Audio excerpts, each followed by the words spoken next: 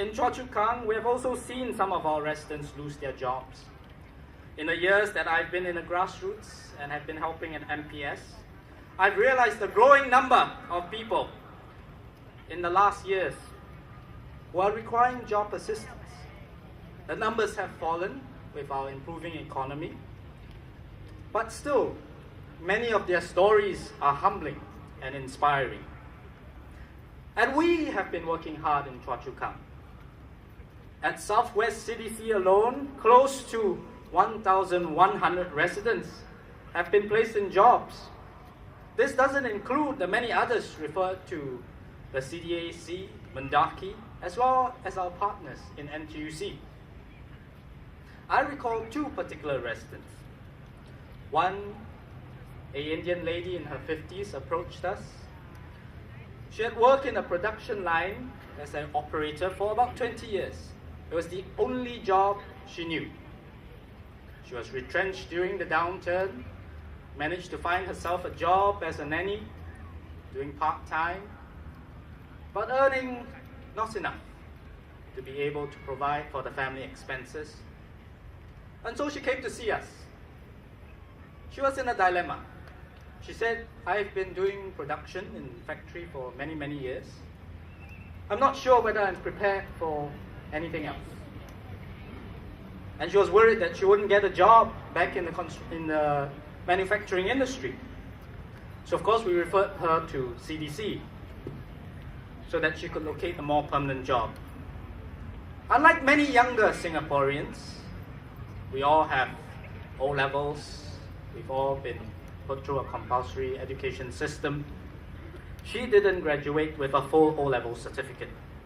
And that added to her apprehension. But through gradual encouragement, she took up training, she took up counseling, and she was persuaded to pursue a career in another sector. And so now she's in the retail line. She's earning about 10% more than what she did as a production worker. She's able to supplement her family income to support her children, 3 school-going children. And of course, her husband is also adding to the income as well. And these are some of the work that we're doing on the ground, and we'll continue to do so.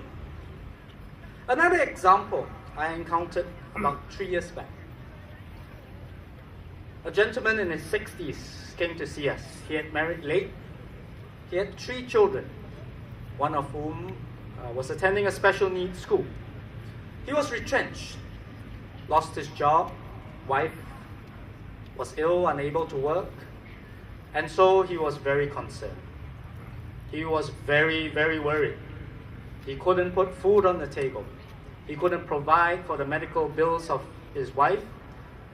He could no longer afford to send his child to a special needs center. Couldn't afford to buy books for his children to go to school. He came to see us as well. Spoke to him at length. He was very downtrodden. He spent a very long time talking to us, sharing with us. And about 15 minutes later, he stopped and he broke down. For a grown man of 60 to cry, it's not easy. For many of us here, all the adults, for us to shed tears, it's not an easy thing.